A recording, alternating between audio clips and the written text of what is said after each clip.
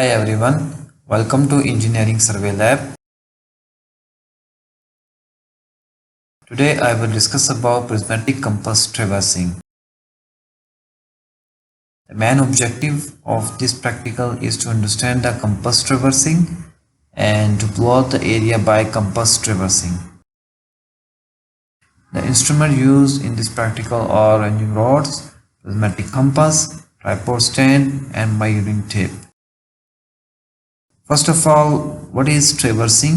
The series of interconnected line is known as traversing, and there are two types of traversing: open traversing and closed traversing. In this lab, I will discuss about the closed traversing. Next one is compass traversing. When the linear chain and tape and the direction of bearing a measure with the compass, the survey is called compass traversing. तो इसमें ये जो है हमने compass use करनी है, prismatic compass, जिससे हमने बेयरिंग और या डायरेक्शन मेजर करनी है लाइन की। कि लीनियर मेजरमेंट्स के लिए हमारे पास चेन और टेप है, इन दोनों के कॉम्बिनेशन को मिला के हम क्या कहते हैं, ये सर्वे इस तरह का जो होगा वो कंपास ट्रेवर्सिंग होगा।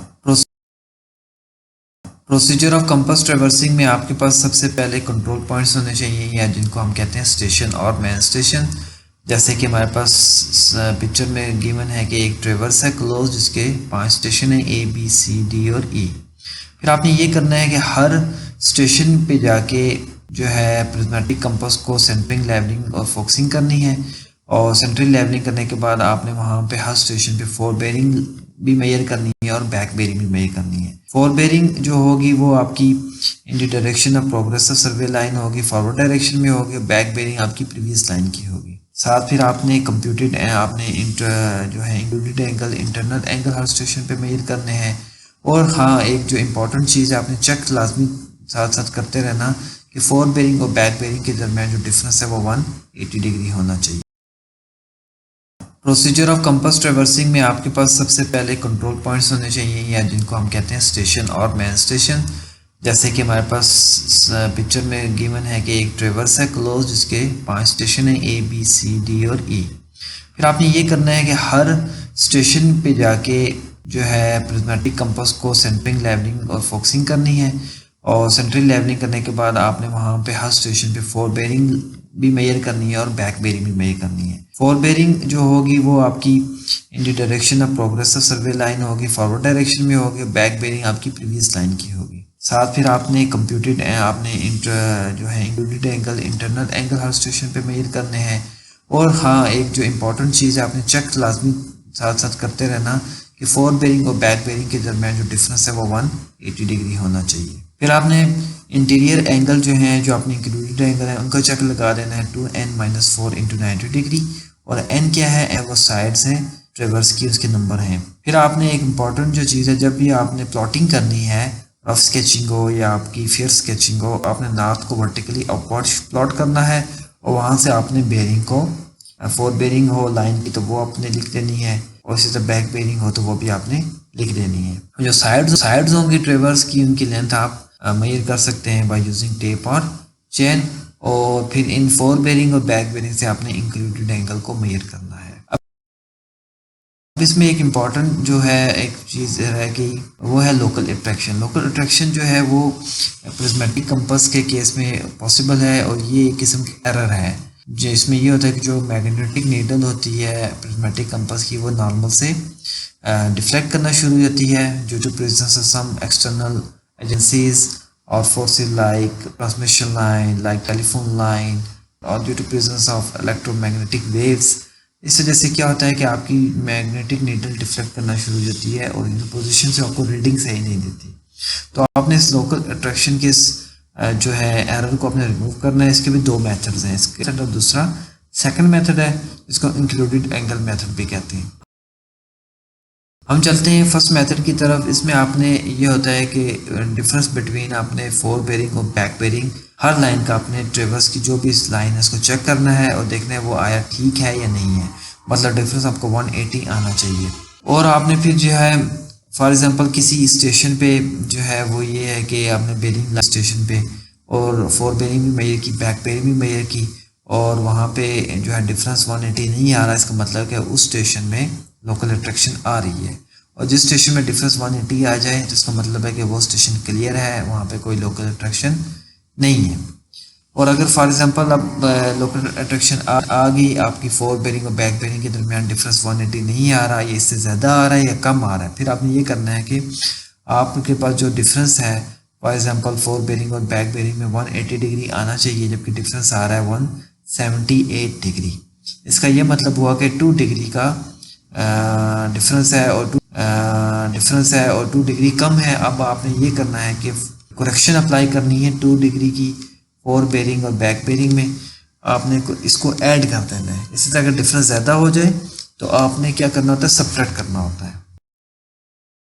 हमारे पास फर्स्ट मेथड का टेबल बनेगा। आपके पास सबसे पहले एक्सट्रीम लेफ्ट कॉलम पे लाइंस आ जाएंगी ट्रेवर्स की A B B C C D D E और ई ए।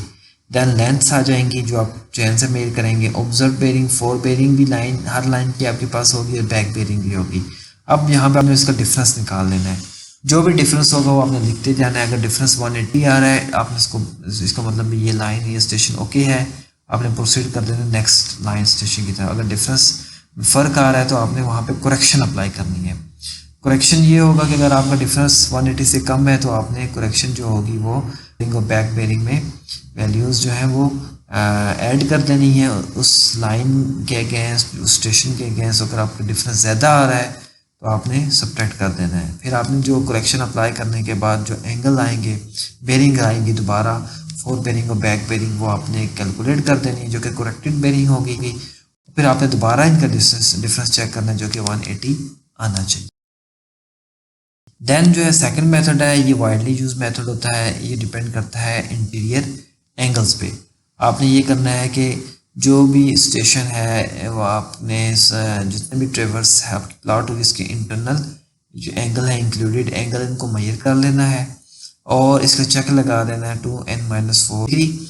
और n आपका जो है ट्रेवर्स की साइड के नंबर्स हैं। अब इसमें जो है इंक्लूडेड एंगल का जो समीशन है 2n-4। अब फॉर एग्जांपल हमारे पास जो है एक ट्रेवर्स है ट्रायंगल नुमा, ठीक है, और sum of interior angle of triangle क्या होता है 180 डिग्री है, 80 डिग्री है। फॉर एग्जांपल डिफरेंस 180 डिग्री आता है, इसका मतलब है वहाँ पे कोई एरर नहीं है। और फॉर एग्जांपल डिफरेंस हमारा 180 डिग्री से कम आता है, इसका ये मतलब हुआ कि आपका समीशन जो है एंगल्स की वो 179 डिग्री है। तो 1 डिग्री का जो डिफरेंस आ रहा है वो आपने क्या कर देना है, हर एंगल में 1 डिग्री आपने डिवाइड 3 करेंगे तो जो वैल्यू आएगी मतलब 20 मिनट आपने हर एंगल में ऐड कर देना है।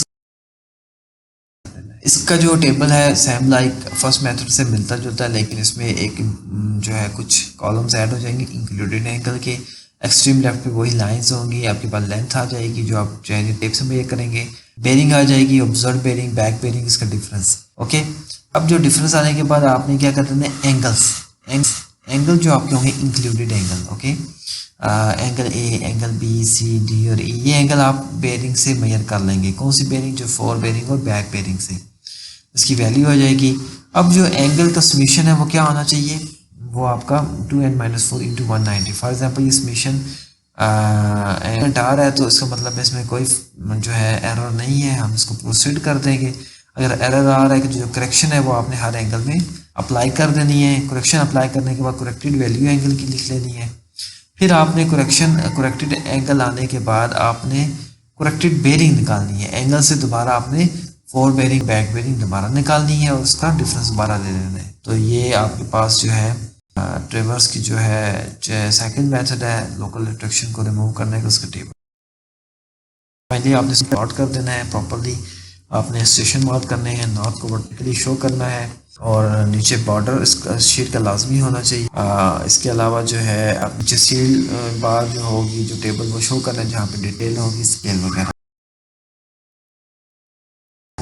Okay, thank you for your time and listening.